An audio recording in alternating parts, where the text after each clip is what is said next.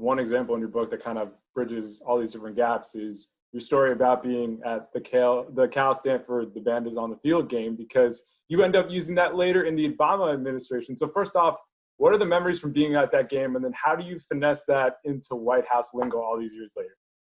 Well, first of all, I mean, I don't know if enough of our listeners are old enough to remember this. This is 1982. Yep.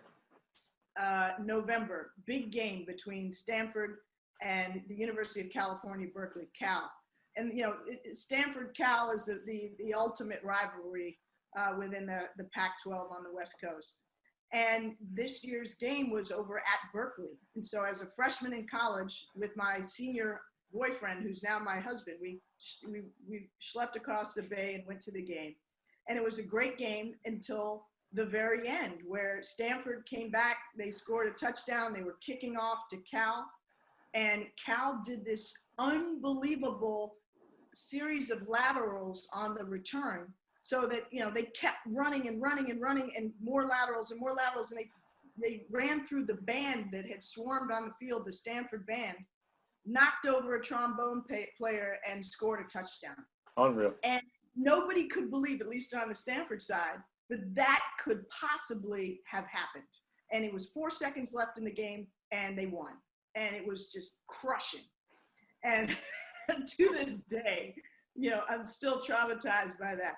And so it was actually not yet in the Obama administration. It was during the Obama campaign in 2007, when President Obama was thinking at the end of that year, going into the main year of 2008, where the campaign would hit its real stride, of taking a trip to Europe and demonstrating that he had, you know, the necessary foreign policy knowledge and background to be taken seriously as a presidential candidate, because people doubted that. He was relatively new to the Senate, had come out of the state legislature in Illinois, etc.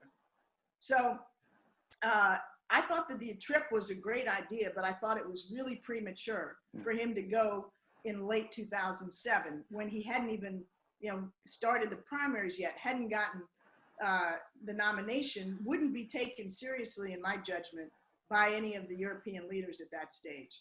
And so we were having this big argument on a conference call with then Senator Obama and his senior political advisors. And then there was me and a guy named Tony Lake, who was a former national security advisor, who was also a senior foreign policy guy on the call. And Tony and I were arguing that this was a great idea, but it was premature, and nobody was really listening. And finally, as the only woman on the call, I said to these guys, I said, look, this would be like running the Cal play through the Stanford band at halftime rather than at the end of the game. And all of a sudden, everybody, sort of like a penny drop, well, that was an analogy they could understand.